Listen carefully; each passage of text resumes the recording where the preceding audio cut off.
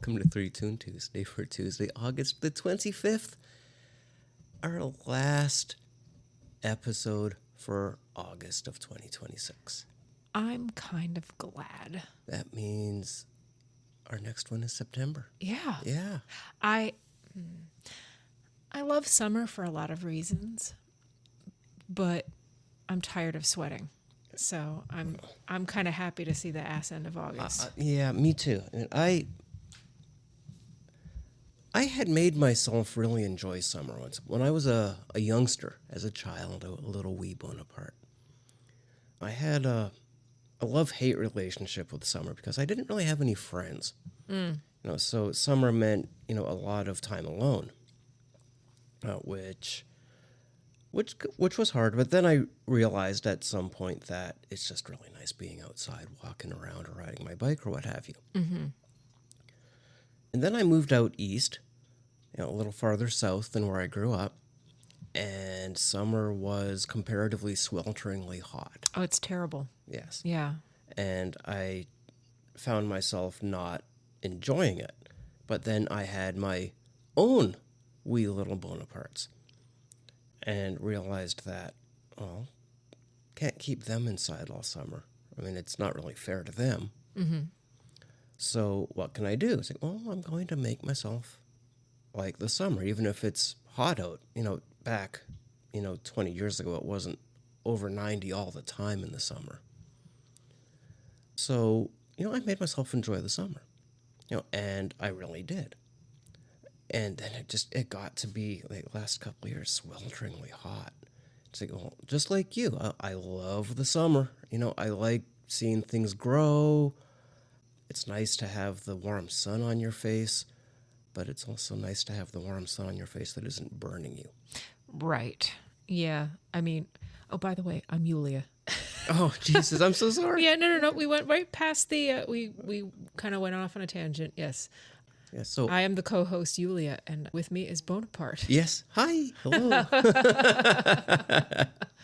Yeah, we're all kind of tired of summer. Like, I remember when I first moved here, and I didn't grow up terribly far from here, but I grew up in the mountains in Pennsylvania, which are quite a bit cooler and less humid than where we live now in Delaware. And when I first moved to Delaware, I thought I would need to sprout gills. Right. Because it's honestly, everybody always jokes, it's not the heat, it's the humidity. No, it really is the humidity. Right. Like it's not that's a thing. It's true. Not saying that dry climates don't experience heat in their own special way, but like the humidity here is just bad. Yeah. Like I guess to the point where I don't even like try to do my hair because like I have kind of frizzy curly hair that will refuse to behave itself, particularly when we were at the beach this past weekend. Right. There was just no doing anything with it. Hair was like double middles. I'm going to do what I want. You can't stop me. You're not the boss of me. And I was like, I waved the white flag. I was like, you know what? Beach hair, don't care. Well, and we had a really good time. We did. It was a lot of fun. And that's the other thing about summer is that, you can do some like fun stuff in the summer. We were at Ocean City, Maryland this past weekend, and it was nice. It was. I enjoyed it. It was. It's always fun to get down there and, have a night and, kind of throw your cares aside for a weekend. Yeah. I think next year, or maybe, I don't know. I doubt we're going to get back down there again this year. We're pretty booked up. Yeah, I think we have one weekend in October that's not booked. Oh my God. Yeah. It's a good problem to have, everyone, when you've got an active, busy social life with people that you like to do things with. I would like a weekend free. Yes, indeed. Yeah. We can spend time together. Yes. And still do like nothing.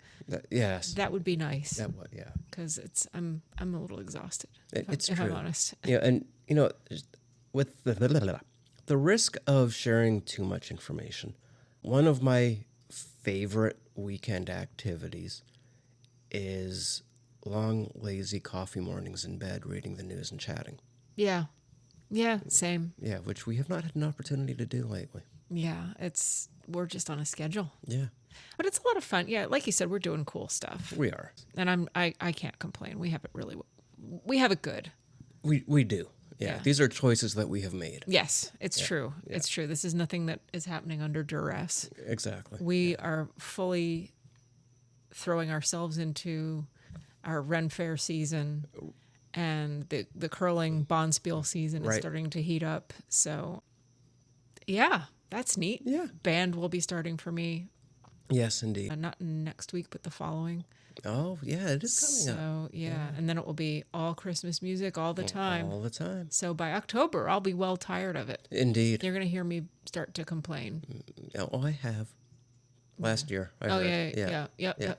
Like, yeah. When January 1st rolls around, all the Christmas decorations go away. It's like, I'm done. I'm done. Done. I'm not one of those people that leave them up because I've had it. Well, yeah, I get it because it starts for you in September. Yeah. Yeah. You know, everybody's like, "Oh, Christmas music, it's magical. Oh, a whole month of it all the time on the radio, nonstop, 24/7. Yay!" Yeah. And I'm like, I want to lay down in traffic. But before we get to the Christmas season, let's talk about today's episode. Let's do. Yes, we went to the beach this weekend. Yes. Yes, we did. Yeah. And as when we were driving back, we were talking about, what are we going to pod about this week? I said, well, what about the beach? I mean, I've got a list of about 30 items that we could choose from if we don't have anything that inspires us. Mm-hmm. But we were inspired. Yeah. We've got the beach. We've got the beach. Yes. And the beach is a magical place. I grew up in a pretty landlocked state. I grew up in Pennsylvania. Right. Landlocked state. And the first time my family went to the beach, I must have been 9 or 10. And I said, I swore to myself, I said, I am going to live near the beach. I am going to never be landlocked again. Right. Because like, you just kind of, I don't know, some people, I fell in love with the beach. I fell in love with the ocean. Right. I love everything about it. I like the way it smells. I like the way the ocean sounds.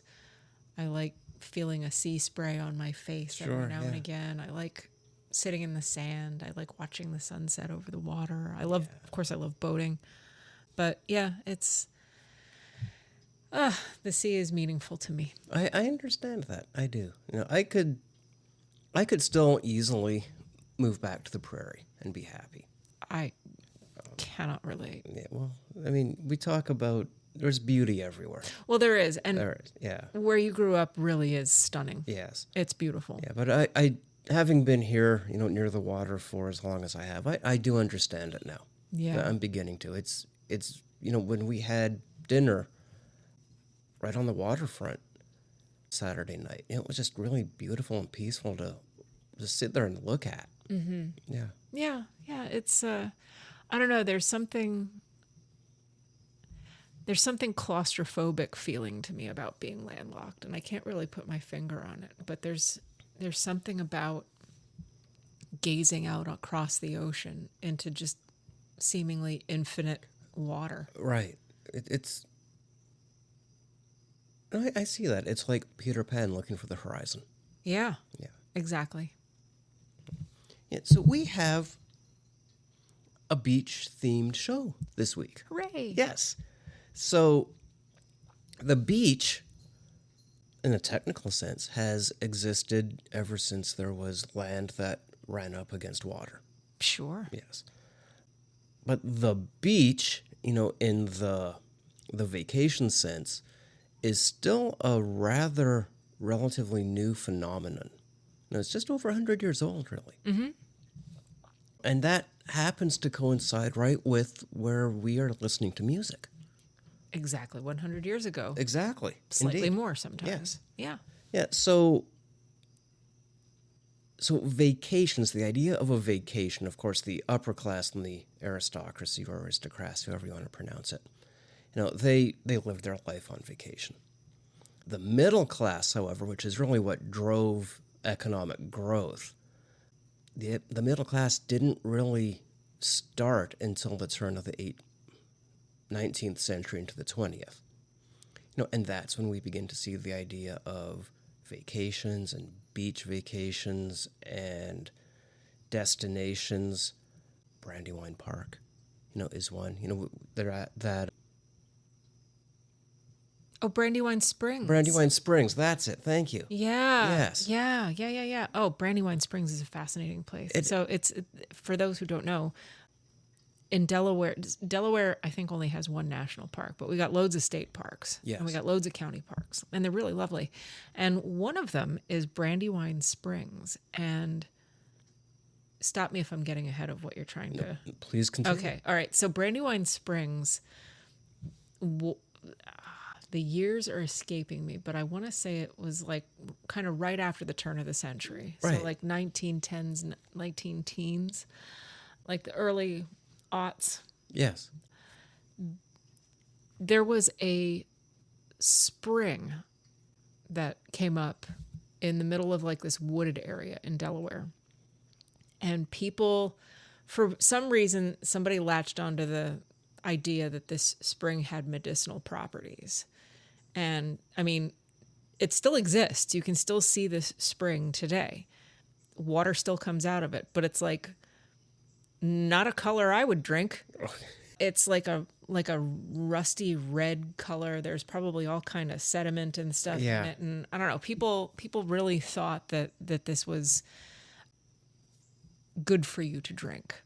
And occasionally, it's pretty picked over now, but occasionally, like a glass bottle will surface in that park, an old glass bottle, because people would come there. You could buy glass bottles there to take some of the water home with you, or you could bring your own. But they had like, and you can see they were stamped, these glass bottles with Brandywine Springs on it. But like this whole thing sprung up around the spring. I almost caught myself. I like it. Sprung up around the spring. But this resort area kind of formed around this spring. There's a little creek that runs through there, and I think that's White Clay Creek. It's either white clay or red clay. I think it's White Clay Creek. Runs through there. And the Wilmington and Western Railroad also runs past there. And the resort sprang up around this spring, and in addition to the resort, there was like an amusement park and a boardwalk and like a man-made lake with a dance band, like a platform in the middle that you could take paddle boats out, and you could take. It must have been a magical place. It really must have been, because you can see pictures and where everything used to stand in the woods. You know, people have volunteered, historians and things, and there have been, I think it was in conjunction with like the local Boy Scouts or something. They built these placards where you could see you could stand on a site and you could see what the site used to look like when it had like a carousel there, or the entrance to the Midway, or like this is where the lake was. This is where you could get your paddle boats and paddle out to the platform in the middle of the lake and go dancing. This is where the boardwalk was. This is where the haunted house was. Like here's where the hotel stood. And it's wild because nature has taken over just about everything. You can see little remnants here and there of some of the stuff, but most of it is entirely just disappeared, except for like little foundational stones here and there. Yeah, it reminds me, and I know I'm tangenting right now, but it reminds me of what Bowness Park in Calgary would have been like back in the 1930s and 40s. It was a destination where trams would take you for the day, and you would go and have a good time and dance and play games and ride rides, and then take the tram back home. Yep. Yeah.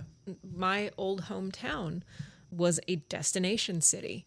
It was at the end of the line of a particular rail line, and people used to take the train up from Philadelphia, and they would spend the day in my hometown, and they would shop and eat and do all kind of things, and then they would sometimes they'd stay the night, sometimes not. They'd get in the train and go right back home. Yeah, exactly. And it's funny to think of that place as a destination town now, because like now it's kind of a shithole. Well, you think it's a depressed area, right? But it's kind of cool because like that, my hometown was kind of one of those turn of the century towns that kind of experienced a boom. Yes, yeah. and became like this bustling little destination place for people to take a weekend holiday. Yeah, exactly. And it was the growth of the middle class which drove this. Yes. And it was the growth of the middle class which drove the concept of the beach as a destination. Yeah, because the beach prior to that was pretty much like the doctor sent you there. Right. For your health. Exactly. There weren't a lot of people that liked to swim at the beach. I find it interesting. Some people call it still. Some people say that, swimming in the lake or at the beach, they call it wild swimming. And I'm like, that's just swimming. I've never heard that before. Yeah. I've heard that statement before. Yeah, like in the UK, I think they say, "Oh yeah, we're going wild swimming." And it's like, "No, you're just swimming. It doesn't matter whether you're in a pool or an ocean or in a lake or you're just swimming." Yeah. But I guess they make the distinction because it's nature. Yes, exactly. I don't know. And it's funny, like beaches can vary so much from place to place. Oh, definitely. I've seen beaches in the UK that were pebbly, very rocky. Same with like in Europe, like in Italy, same thing. But like here in the States, and some of it is helped along by dredging and things. Yeah, and the Army Corps of Engineers does a lot of re-beaching as well. Right, yes. Right. Because we do experience some erosion here Yes. due to hurricanes and whatnot. Yeah. But like Bermuda, I couldn't get over how different the beaches in Bermuda are. The sand is so fine. It's almost like a powder. And sometimes the sand is pink.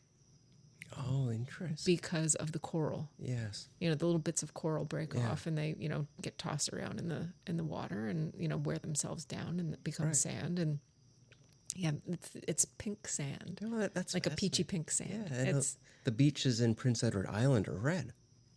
Really? Yeah. Why? Owing to a similar reason I would expect, yeah. Okay. Yeah. Wow, red. Red. Huh. And I think that in Hawaii they're black. Like you can see black sand beaches. I believe that's true. I had cocktail a couple of weeks ago when I was in Toronto. It was a whiskey drink, but they had black Hawaiian sea salt as a rimmer on it. The black Hawaiian sea salt. At least that's what the restaurant was saying. I mean, they could have said it was anything whatsoever. I think they pulled that out of their asses. That's very possible. Yeah. But a tasty drink nonetheless. Yeah. But I want to say that because of like volcanic glass, because sand is a major ingredient in glass. Yeah, oh, absolutely. But there's such a thing as volcanic glass and volcanic, volcanic rock. And because of the nature of that, I think that there are black sand beaches, which I would love to see one day. I would love to go to Hawaii someday just to to see it. It would be neat. Mm-hmm. Yeah, we'll put a pin in that. We have so many pins. We do, at least 3. Oh my goodness, at least 3. 100. Yeah. Our map is more pin than map. Yes, exactly. Exactly. Yeah. Yes. So we're talking about the beach today. Yeah. Yes, with the beach being, the concept of the beach as a destination, really coming out in the early 1900s. Mm-hmm. People would go and, enjoy it. And we've got a couple of songs that we're going to mostly play in order of their recording. We're going back to 1914 for our first song. Cool. Entitled By the Beautiful Sea.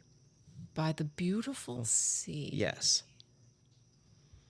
It was published in 1914 and became quite famous. And it treated the ocean as a social destination. That's not unheard of. So I'm thinking of like the late 1800s. So I'm, kind of, I guess that's during the Restoration / the Gilded Age. Yes. Right? People escaped New York to go up to like Newport. Right. Yeah, that's true. Yes. And also, that's where if you were wealthy, you went up to Newport. If you were not, you probably went to some place like Coney. Yeah. But I don't even know if Coney Island was a thing back then. It might have been.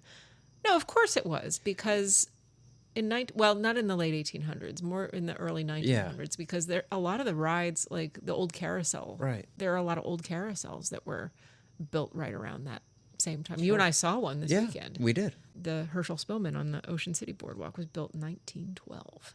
Yes, indeed. But like around the Gilded Age, if you were wealthy, you escaped the hot, gross city and you went up to a place like Newport in Connecticut.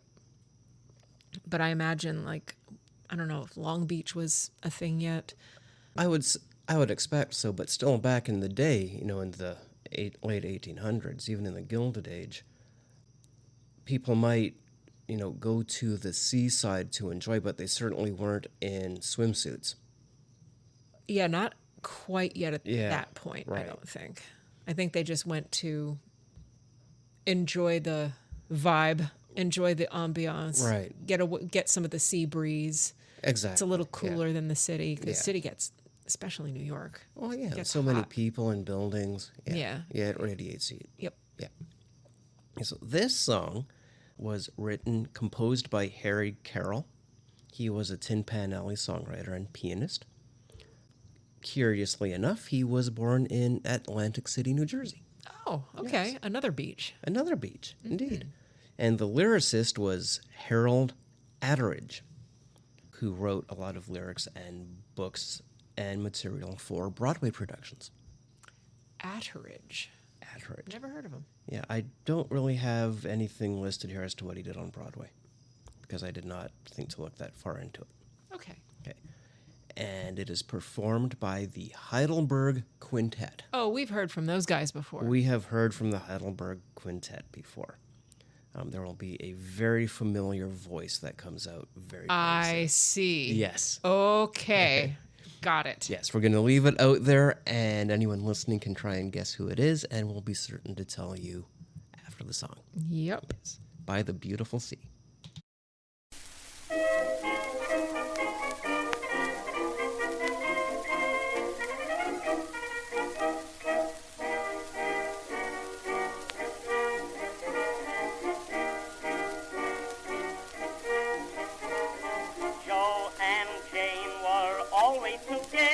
Said Joe to Jane, I love summer weather, so let's go to that beautiful sea. Follow along, just say you're with me. Anything that Joe would suggest to her, Jane would always think it was best for her.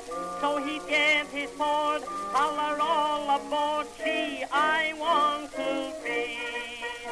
By the sea, by the sea, by the beautiful sea, you and I, oh how happy we'll be. A splashing when each wave comes a-rolling in, we will jump or swim, and we'll float and fool around the water, over and under, and then up for air. Eyes rich, don't know what do we care. I love to be beside your side, beside the seaside, by the beautiful sea.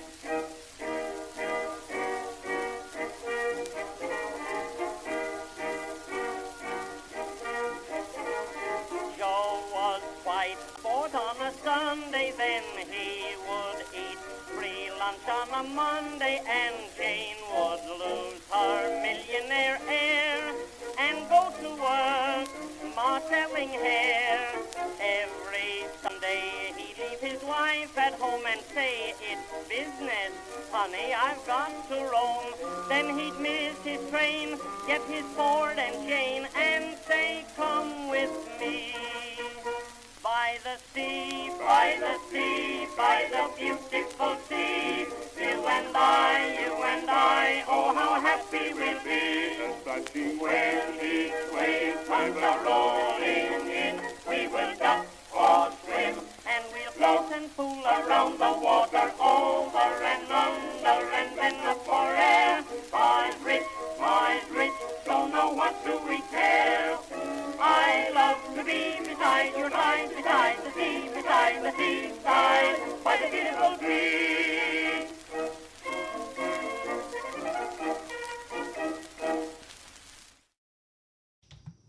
There's our guy. There's our guy. I know you know that voice. Good old Billy Murray. The Heidelberg Quintet consisted of Billy Murray as tenor, Robert D. Armour as tenor, Steve Porter as baritone, William F. Hooley as bass, and Will Oakland as countertenor. Ah, okay. Yes. Wait, they're a quintet. Right. Did you say the quartet or the quintet? Quintet. I'm so tired, you guys. I literally we're recording this on a Monday night.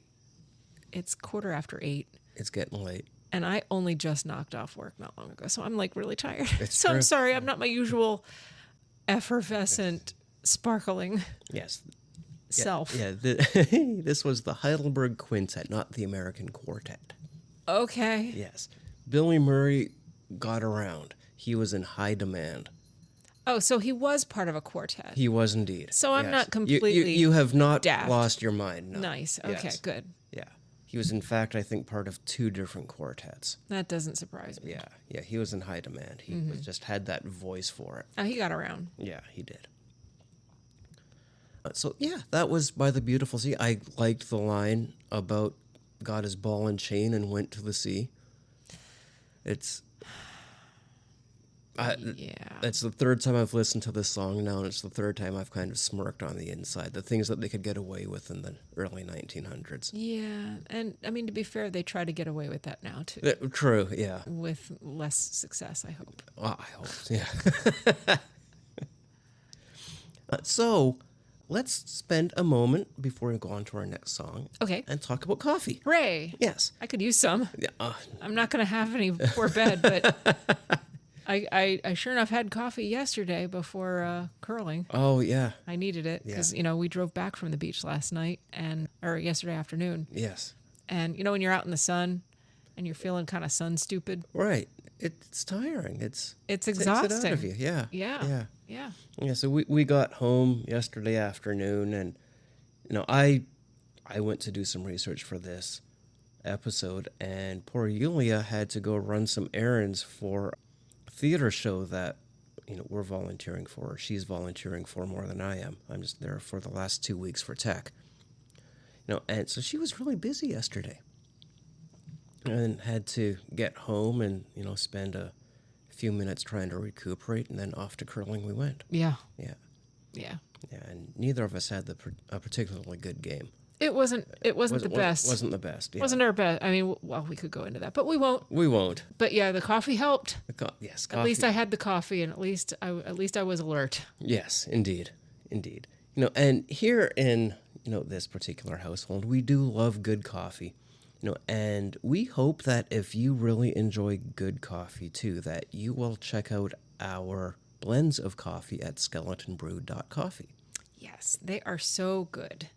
We've got 6 regular roasts that we keep around all year, and they are our go-to coffees that we like to make available all the time. And we will never sell you anything that we have not tried and tested ourselves. Like, we don't want to send you something that's going to be weird or taste not great or be substandard. Like, we have high standards. We do. And we know you do too. Exactly. And so we want to make sure that we're offering you the very best that we have available to us. Yes, and we have tasted beans from certain areas that are still specialty grade, but they did not meet our standards, and we just don't sell them. Yeah. I mean, and that's not to say that other people wouldn't enjoy them. They might. Correct.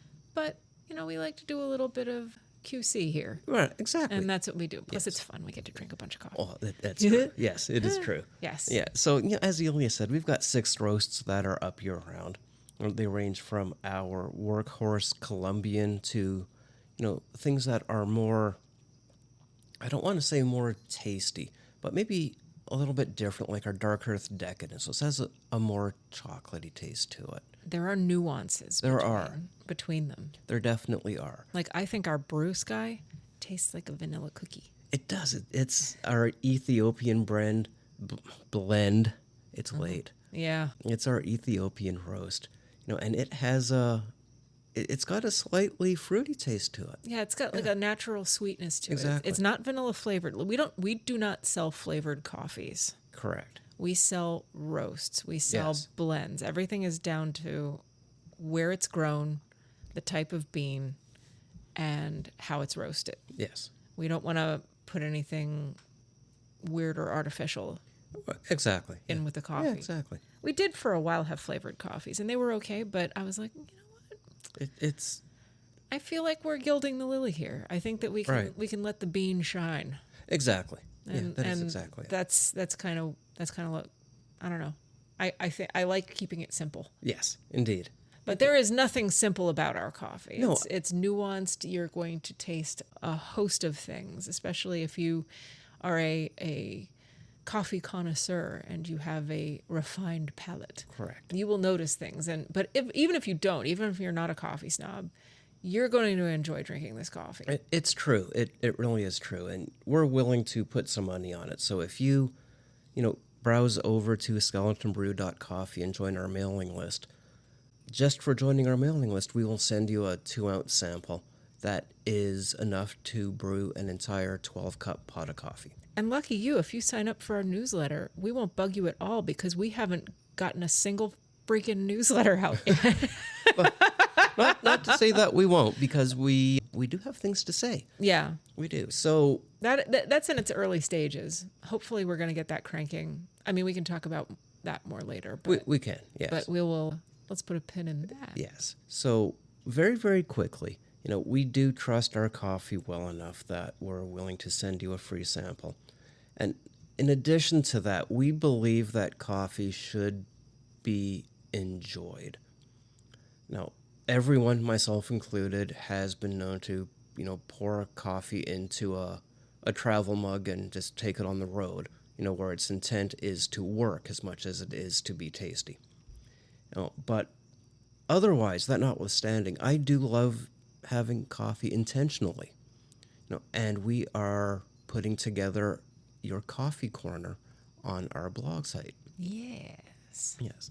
We have brew tips up there. We have posts about the history of coffee.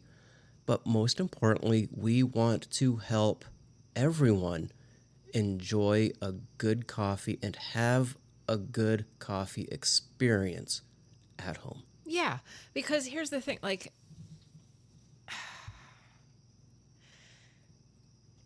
we've all had our favorite coffee shops. Indeed. And we encourage you to support a small business, family-owned, independent coffee shop. Definitely support those guys. Right. What breaks our hearts is when we see people going into a Starbucks. That's right, Starbucks. We're coming for you. We are. Starbucks has a lot of money, and they sell bad coffee that they burn to cover up the taste of the bad coffee. Right. And, they've got treats and stuff, and they make it all a very fancy, experience. Right. And that's expensive, especially now. Yes. So why not, create that experience, that coffee escape for yourself in your own home? Create your little coffee nook. Have a good coffee maker. Yes. You can make really good coffee with pretty humble, basic things. Indeed. Yes. As long as they're decent quality, you don't have to break the bank on this. No, you don't. And it can be, any form of brewing equipment. Drip is the most common. It can be a French press. It can be a percolator. The list goes on. Cold brew, there's Right. so many different ways you can do coffee. Right. And then it's all down to personal preference. And you might be curious about, how do I use a French press? You might be curious about, how do I do cold brew? We have that information for you. Indeed we do. That is where we step in, and we are willing to help you on your coffee exploration journey. Yes. So if you go to skeletonbrew.coffee, you can have a poke around there, and we will have recipes and food pairings and ideas for your little coffee corner so that you can have that escape experience for yourself in your own home, and maybe invite a friend over. Indeed. To share. Or, you can do like Bonaparte and I and have your coffee morning in bed. Exactly. Reading the news and just chatting. Mm-hmm. Yes. Yeah, so head on over to skeletonbrew.coffee. Know that you're helping us out, and you are also helping public broadcasting out, because with every item purchased, not every order, but every item, we will donate $1 to public broadcasting. That's right. And if you're feeling extra subversive, you can point your browser at our nokings.coffee offerings, Yes. which we've got 3 roasts there. Indeed. Liberté, Égalité, Fraternité. I think you catch my drift. Indeed. You see where we're going with this. You can buy coffee. Now, our coffees there are a little higher in price, but $2 from every item that you purchase from our nokings.coffee website will go to the Indivisible movement, and they're Absolutely. helping to support the resistance. And Yes. we are 100% on board with that. Yep. We also have some fun stuff over there We on do. nokings.coffee. So have a poke around there and check out some of our merch as well. Yes. So moving on, we have our second song of the day. Okay. So not only was society becoming enamored with the beach in the early 1900s, there was another phenomenon that was taking over people's thoughts, and that was Hawaii. Hawaii. Hawaii. In the early In 1900s. the early 1900s, the Hawaiian music began to be popular. It was exotic, and it was ours. We had something exotic because at this point, Hawaii was a territory. Right. Well, and that's a thorny subject. It is. It's a really It absolutely is. I'm not going to argue that. In fact, I will agree with you 100%. yeah. But for the purpose of culture at the time, let's call it high middle class culture, there was a fascination with Hawaii. Well, white people are always kind of fascinated by things that aren't white, aren't they? It's true. You know? Fascinated by, but still superior to, in a It's- strange way. It can. That's kind of gross. Yeah, I am one, but middle-aged white men really begin to piss me off. Yeah. Yeah. Yeah. But I mean, I don't think that there's anything inherently wrong with being curious about other cultures and enjoying learning about them. Correct. And even, I mean, I studied world music in school, and I loved listening to music from all across different cultures. The idea of celebrating it, I think, is what we should do. The idea of appropriating it is appalling. It is. It is. So it's something that we have to be sensitive about, Right. especially as we're exploring this particular song and this particular Exactly. topic. Like, we have to understand that Hawaii was not taken. Well, Hawaii was taken. Hawaii did not necessarily go willingly. Correct. Yeah. It's fraught. It It's is. very fraught. There was a native people. There is Yeah. a native people Right. that live there, and They were happy to trade and, be a part of the global world, but they did not want to be taken over. right. And Hawaiian culture is still alive and well, and there are still people there who are preserving it. And Yes. and I think that I think it's a great thing, and I think that we need to do everything we can to promote and support that. Correct. So I'm going to go ahead and guess that this song is not politically correct. Well, it is an instrumental. Oh, Okay. so it might be It's okay. it's something that still deserves the discussion. Is it performed by people from Hawaii? It is not. Oh, damn. Okay, so- Okay. All right. Right.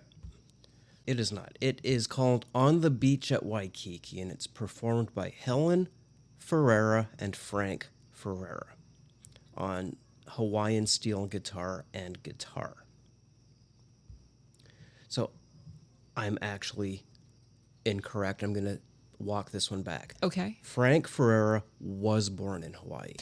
Okay. All right. So maybe not native, but definitely grew up around the culture. Exactly. Okay. So it counts. He was born in Hawaii to a family of Portuguese ancestry. Oh, interesting. Yes.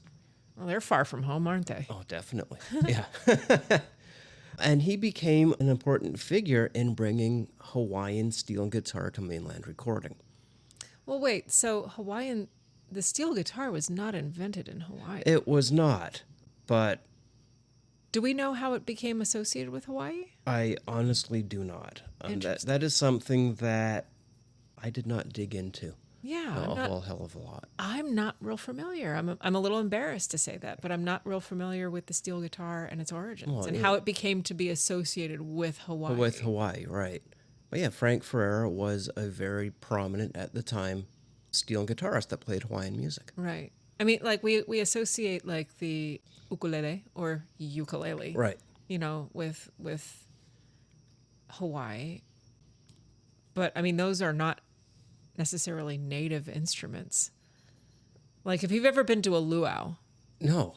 Okay, No, I've been to a luau. Okay. Like a fakey luau, but it was a luau. It was like done in like the Polynesian resort in friggin' Disney World or something like that. Okay, It was like yeah. this stupid fakey luau. Not stupid, because it was the people who were performing in earnest and Right. you know, making a living. But I mean, it's drums, Yeah. you know, flutes, things like that. Stringed instruments, I'm sure existed, but not the Western, not like guitars tuned, you know, like the ukulele. I'm not, like, I could be full of shit. I don't know. I just don't know too much about it. But like the ukulele and like especially the steel guitar, those don't strike me as being wholly native. I don't know. Now I have to go on a deep dive. Yeah, well, and that will happen. Damn it, That's- Bonaparte! That's one of the great things about what we do is, raises a lot of questions and things like, oh, I want to learn more about that. now. Yeah, now I'm gonna have to go down a rabbit hole. Yeah. That's all right. This is all stuff I should know anyway. So So On the Beach at Waikiki dates from 1915. It has Frank Ferrera on steel guitar and Helen Louise Ferrera on guitar. and were these two married to one They another? were, Okay, yes. that's kind of sweet. Yeah. Okay. Yeah, and that's how they made their living, is they toured and played music and recorded. Okay. Yes. And this was recorded when, please? 1915 on the Columbia label. Okay.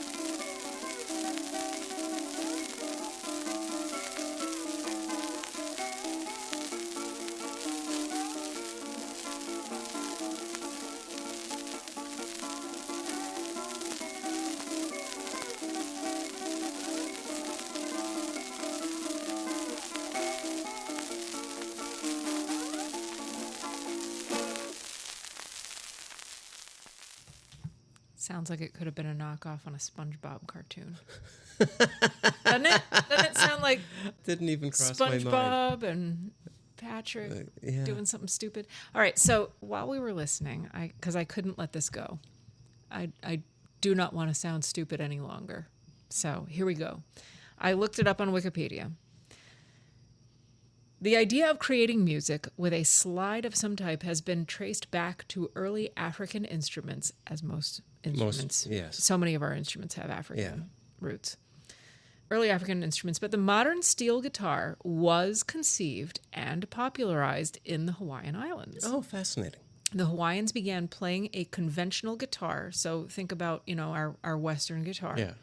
in a horizontal position across the knees instead of flat against the body, using a bar instead of fingers. So you'd be plucking it with your fingers, like you would a conventional guitar, but to change the pitch, you would put a slide across the fretboard. Sure, yeah. Right? Joseph Kekuku, and that's spelled Kekuku, developed this manner of playing a guitar known as Hawaiian style about 1890, and the technique spread internationally. The sound of Hawaiian music featuring steel guitar became an enduring musical fad in the United States in the first half of the 20th century, and in 1916, recordings of indigenous Hawaiian music outsold all other U.S. musical genres. So you weren't kidding. This was popular. It was, yes. Do-do-do-do. This popularity spawned the manufacture of guitars designed specifically to be played horizontally. And we've seen those. We see that, like, you see them a lot in country music. Yeah, in fact, in Dire Straits on Brothers in Arms tour, they had a steel guitarist. Oh, they did? Yeah. Okay. These early acoustic instruments were not loud enough relative to other instruments, but that changed in 1934 when a steel guitarist named George Beauchamp invented the electric guitar pickup. Electrification allowed these instruments to be heard, and it also meant their resonant chambers were no longer essential. Blah, blah, blah, woof, woof. So there we go. The Hawaiians did it first. Oh. And so that's it. So the style is uniquely Hawaiian. That's very interesting. So listening to that, and you know, and our listeners know that I'm not a musician. I just love music. I can listen to music and I can pin it as, oh, that's Hawaiian, or that's a rock song, or that's crap, or that's a country song. And That's Yoko Ono. or that's Yoko Ono. Sorry. Or a screaming cat. Sorry, Ms. Ono, if you're out there. I'm not. Oh. But what I've never personally been able to define is what makes a piece of music Hawaiian, or what makes it a country song instead of a rock song or a rockabilly song. That's something that I can hear it, and I can identify it, but being able to if I had to give you a verbal definition, I couldn't do it. To me, a country song would be somebody that's complaining that their truck broke. Right. Well, I mean, that's why there are so many. That's why there's so much bleed between musical genres, Sure. right? Like, there is no one way to define any particular song, because music is kind of like storytelling. Everybody puts their own little spin on the genre the music that they're creating and the genre that they're creating it within. Like, you'll hear people, countless people across all different genres will point to the Beatles as an influence. Right. They were not a country band, No, they were not. but they might have inspired a country singer, and you might hear little elements of that. Would you call it Britpop? No, of course you wouldn't. You would Right. call it a country song because, of the elements. Like, oh, well, what do I hear? I hear a slide guitar. Well, that's pretty country. We often think of twangy country. Yeah. That's a country. Well, and like bluegrass. it's easy to pick out bluegrass. Oh, And you're sure. like, okay, well, why is this bluegrass? All right, well, I hear banjo. Okay, well, you can hear a banjo in a lot of things. All right. Why is Well, it he's playing- bluegrass and not country? Well, he's Yeah. playing clawhammer style, so that's Right. probably that lends itself to maybe bluegrass. Country, Yeah. country and bluegrass. There's a lot of bleed between too. Yeah. And well, what other instruments do you hear? Well, I hear a mandolin. Okay, that's very bluegrass. What else do you hear? Oh, I hear a big string bass. Very bluegrassy. So there's different. Some music doesn't fall neatly into one category or another, and that might be, in your defense, that might be why you find categorizing music to be challenging, because there is a lot of bleed, and sometimes it's not clear cut what genre you're listening to. There's like rockabilly is famously a blend between, rock music and country. Oh, right. Exactly. And Garth Brooks is, I would say he does both. Yeah. Well, and Dave Matthews Band is technically a jam band, progressive, Yeah. progressive kind of jam band, but they definitely have like rockabilly elements in a lot of their songs. Yeah, exactly. So, yeah, I mean, don't be too hard on yourself, because a lot of people, like there are some artists that just will not be pigeonholed. Oh, David Bowie was one. Yes. Like don't and Prince. Yeah. Prince, I mean, he mostly we think of him as an R&B guy, but Right. there was no pigeonholing that guy. Yeah. Neil Young. I know he's not your favorite. He's but, not. But He's not. he refused as well. Yeah. Yeah. So, yeah, it's not always easy. Correct. Yes. But since Hawaii did create this style of playing the guitar, I think we can safely say that you hear something like that and you're like, oh, that is for sure Hawaiian Right. music. Right. And we wouldn't be wrong in saying that sounds Hawaiian, because a Hawaiian invented that way of playing the steel guitar. Yeah. And there we have it. Yeah. Yes. And if you would like to learn more about early 1900s art, go check us out at planskeleton.one. Yeah, we have a website that we delve into all that good stuff Yes. because we like old things. Yes, and I just had the idea of asking Yulia to start writing a blog series on early 1900s musical styles. Okay, happy to do it. Yes. Happy to do it. In fact, I can go back earlier than that. Maybe late 1800s. Yeah, absolutely. Because there's a lot of the music that we listen to. A lot of that was composed in the 1800s. Oh, sure. Yeah. So I think it deserves another look. But yeah, it's we like looking at the old stuff, old art, particularly old performance art. But we also love old photography, old film, Yes. old music, the things that people were singing and writing and painting and taking pictures of, because it was important to them. And understanding that is important to understanding the full picture of our past. Yes, absolutely. It is. It not only does art portray what is important to people at the time, but I personally love seeing how art progresses and influences, further generations. Very simple example is Laurel and Hardy, Sons of the Desert. I love Laurel and Hardy. And if you've not seen Sons of the Desert, there's a great scene at the beginning where Laurel and Hardy are late for a meeting, and they kind of bombastically yet innocently force their way through this crowd of people who are all sitting just to find a couple of empty seats. Yeah, like the only two empty seats are up in the front, Right. and they're in a crowded lodge hall. Yes.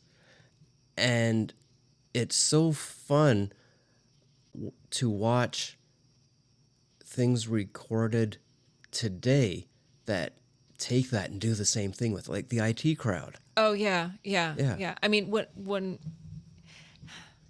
it's like that, it's that humor it's that secondhand embarrassment humor. Right. Because you're like, oh God, guys, just stop. come on, no, just stand in the back. No, And don't do that. Don't go. And then they keep going. And then they just keep going, and you're Yeah. like internally you are just cringing for them. Right. But watching those guys on the IT crowd recreate that scene Yes. just warmed my heart. It did. I was like, oh, somebody's a Laurel and Hardy fan. Yes, exactly. But, you know, the things that, there's a reason that they're classic, and that's because a lot of the things that amused people back then, a lot of the things that were important to people back then are still important to people today. Yes. Yeah, exactly. You know, it's not that far removed from us. And I think that's important to remember. Right. Yeah, we're all one people, and we have been since prehistory. Right. Yes. Right. So it's neat to look back and see, you know, much like we've covered protest songs before here, and listening to protest songs of today, they've got echoes of the protest songs of yesteryear. Yes, You know, exactly. people were pissed off about those things back then. Yeah. And they made noise about it. And a lot of cases, they were able to affect change. And I'm hopeful that we will too. I am as well. Yes. But it's interesting to see the parallels. Yeah. And that's one of the things that I really enjoy about taking this time machine to the past. You know, we listen to music and we look at the things that people painted, things that people took pictures of, people made movies out of, you know. Yeah. Yeah, exactly. And it's just all very interesting to me. And I love the human story. There are days when humanity, I kind of wish we would all just kind of disappear one day and give the earth some peace. Yeah, exactly. But I do love mankind, and I do love people, and I do have hope in their ingenuity and creativity. And that's why I love doing what we do. Yeah, absolutely. So please go do check us out at blindskeleton.one. That's blindskeleton.one. Check us out. We've got all of our contact information there. At least we've got most of our contact information there. We've got links to our emails. We've got links to our socials on Blue Sky. We do have a phone number, which is not listed. 302-609-1925. Please leave us a message. We will not answer the phone. After the beep. Yeah. It's not even hooked up to anything. I don't think. Oh, wait. It's a VoIP number. Yeah. Yeah. Yeah. So it's not like we've got like a handset or anything. Yeah. Like if nothing's going to ring, we're not going to pick it up. Right. But we do have it set up where we can take live calls. Yes, like we when we Yeah. eventually get there. But yeah, if you give us a call and leave us a voicemail, that'd be great. We'd love to know where you're from. We'd love to. You can give us any name you want. We don't use our real names. You don't have to either. Correct. But yeah, give us a listen.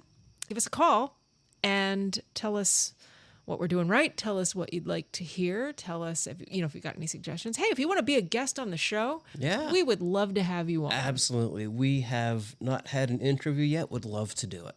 Absolutely. Yeah. You could be the first. Yes. We will send you a full bag of coffee, Yeah, we can't pay you.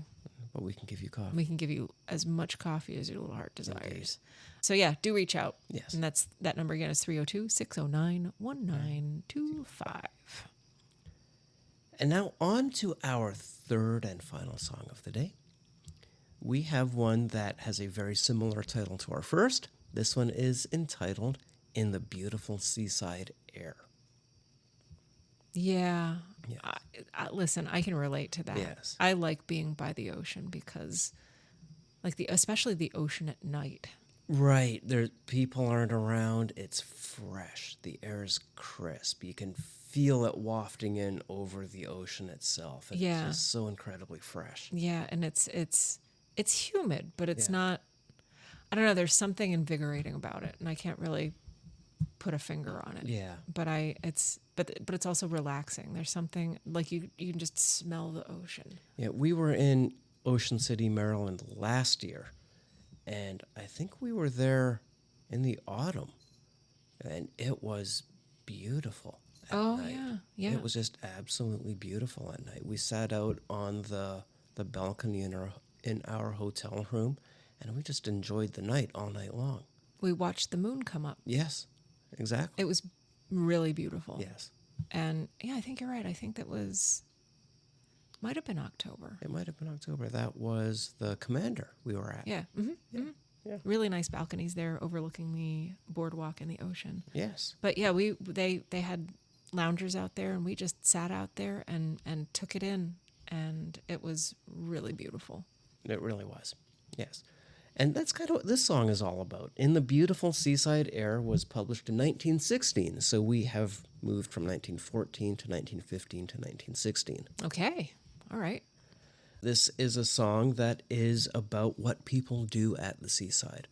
Because certainly by 1916, the beach was a very popular destination. Oh, yes. And that's what this song is all about. People dress for the beach, they watch other people, they flirt, they court, they perform, they dance, and have a really good time. Yeah. And swim. And swim. I'm not sure, honestly, how much swimming they did in 1916 to keep properly dressed and such. Well, they wore like wool bathing suits and things like that. Like, yeah, I don't even want to know what that was like, but they did it. In fact, I believe that the hotel that we stayed at least part of it might have been built right around this time. Oh, yeah, that hotel Had had some intricacies to it. That's a nice way to put it. Yeah, we're not going to drop the name of the hotel here because we're not out here trying to get sued for defamation. Right. But it had character. It had something. It had a laundry chute. It did. That was wild. It was. Yeah, you could see where like the old part of the building and the new part of the building were kind of spackled together. I feel like, what's the name of that house out in California that lady was terrified of stopping building? Oh, yeah. So they're like stairways to nowhere and doors that don't do anything. Similar vibe. Yes. Very similar vibe. So yeah, but and there, at one point I did go into the history of the Ocean City Boardwalk, but a lot of that is from right around this time. The Ocean City is one of those places that has like some of these some of these older historic places, and some of the Victorian places are still there. Yeah. So yeah, it's interesting. It's people. Yeah, you're right. And by that time, people were going to the amusement parks were springing up by the beach. Yes, talked about the carousel. Right. About Coney Island. Yeah, exactly. All of these places. Brandywine Springs. That's right. And these places, but particularly at the beach. Yeah. That became a middle-class destination vacation. It has not stopped. It became part of our collective culture. Yeah. Yeah. Yep. Yes. Who doesn't go? Well, around here, you can either go to the beach or down the shore. Depends where you are. Depends where you are and where you're going. It's a telltale sign of where you live. Yeah. Yes. Yeah. If you're going to the shore, you're going to New Jersey. Exactly. If you're going to the beach, it's literally anywhere else. Yes. Pretty much. Yes. So this is In the Beautiful Seaside Air from 1916.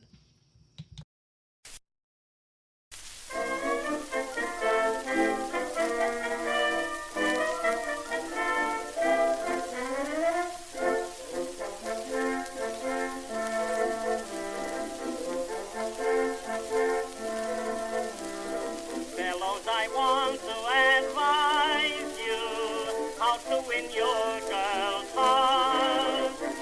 Certain tricks you should be wise to learn them before you start.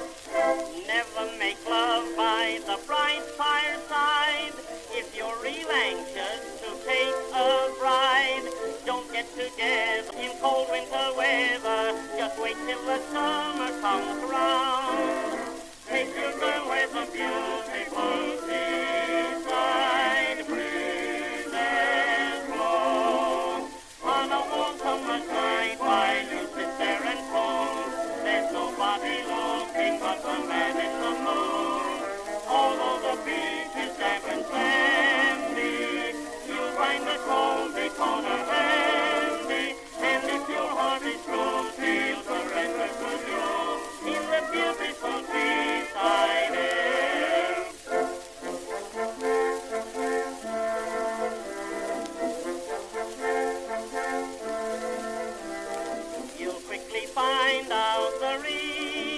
why everyone goes there. Cupid is busy each season down in the seaside air. Don't go in search of a foreign clime. Stay right at home in vacation time. Pass up the mountains and cream soda fountains. There's one trip you're bound to enjoy. Take your girl where the beautiful seaside breezes blow. You can have lots of fun if you follow the bunch. Just take an umbrella and a basket of lunch. If there's a couple nearby dozing, don't let that keep you from proposing. Stick around and be game. They're all doing the same in the beautiful seaside air. Take your girl where the beautiful seaside breezes blow. On a warm summer's night by music there and home, there's nobody looking but the man in the moon. Although the beach is damp and sandy, you'll find that home takes on a handy. And if your heart is true, feel surrender to you in the beautiful seaside air.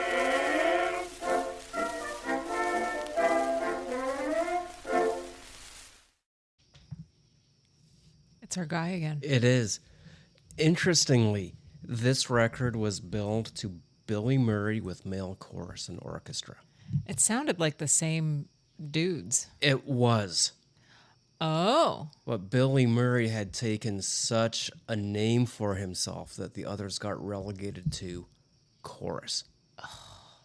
Well, wait. So this was recorded on the Columbia label. No, this one was on the Victor. Oh, this was on the Victor label. Yeah, the last So remind me of the name of the quintet? The first song was I forgot the name. It was the something quintet. It was the Heidelberg quintet. And right. this was Billy Murray with John Wells, Reynold Warenrath, and William Hooley.